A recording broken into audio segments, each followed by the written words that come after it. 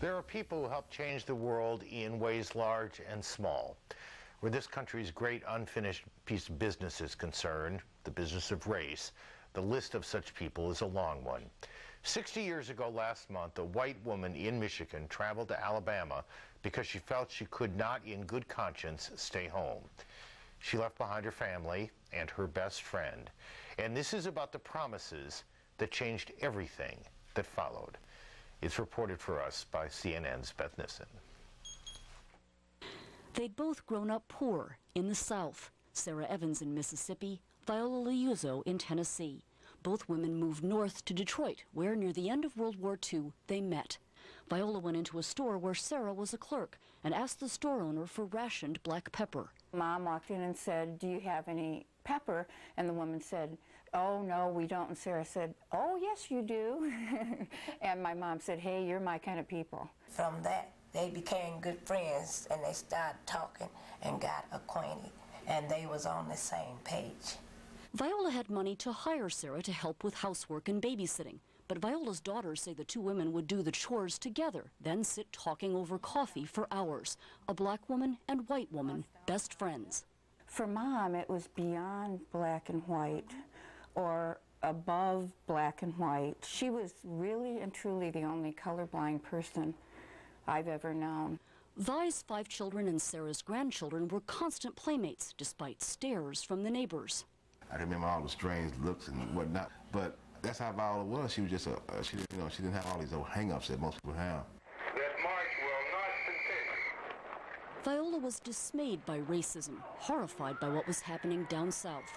On March 7, 1965, she watched in anger and sorrow TV scenes of police battling civil rights marchers in Selma. I remember her standing up and crying. I remember this so clear in our living room. When Viola heard Dr. Martin Luther King ask Americans of conscience to come to Alabama, join the March for Change, Viola decided to go. Of course she knew how dangerous it was, but that was her destiny, to go down there and be a part of something to make somebody's life better. In a 2003 documentary, Home of the Brave, filmmaker Paola DeFlorio spoke to Sarah Evans about a conversation the two women had just before Viola left for Alabama. Viola said to me before she left to promise her something. If anything happened, would I take care of her kids for her? And I told her I would. Viola Liuzzo was among the thousands who walked from Selma to Montgomery in March of 1965. On March 25th, she called her family. She said, "The march is over, I'm going to be coming home." We were all really happy. Viola Liuzzo would not make it home. This is where it happened, on Route 80, Lounsboro, Alabama. Viola's body was found in her car. She'd been shot in the head. 4 men would later be charged in her death, 3 of them members of the Ku Klux Klan, 1 an FBI informant. The phone rang at midnight, and my dad started screaming, "Mommy's dead, Mommy's dead." I just remember going out, and Dad was screaming, saying, and all of you guys were on the couch crying. And the place was already full of reporters.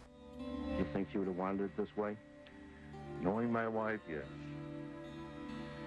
Knowing my wife, yes.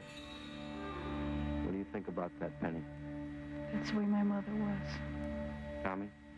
She wanted equal rights for everybody, no matter what the cost was. Sarah came as soon as she heard.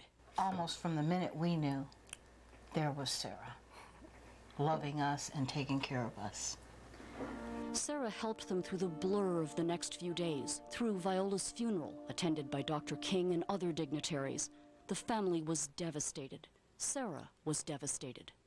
The hurt that Sarah went through, losing her very best dear, I mean, they were so close. I don't think she ever got over it. I don't think my mother ever got over it. But she remembered what she had told her. I gotta raise those kids.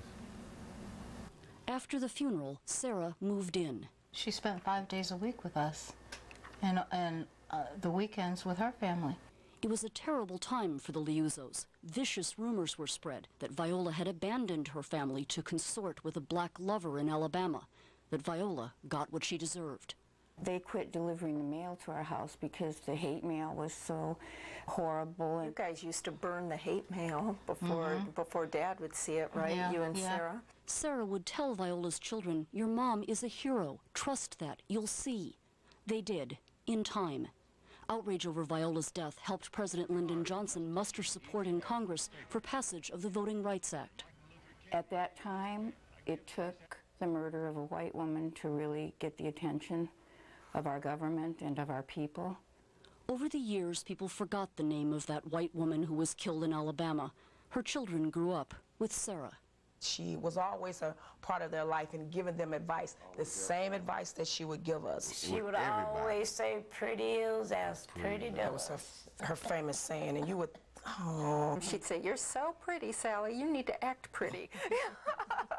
Sarah attended the Liuzzo's graduations, weddings, the christenings of their children, standing in for her friend Viola, keeping her promise. She was the mother figure to me all the way up until she died. Sarah Evans died in January at the age of 94. We were sad for a moment, but then I think all three of us had this picture of that reunion in heaven. And I just was filled with such a joy that my mom and Sarah were together again. They knew what was important in life, and they lived for what was important in life. Fairness, justice, the courage to fight for both, and living a life of selfless love. It is possible. Maybe not for the whole society, but, you know, one step here, one step there. But it is possible, and we know it's possible because we've seen two women live that. Sarah and Viola. Beth Nissen, CNN, Detroit. When 60 years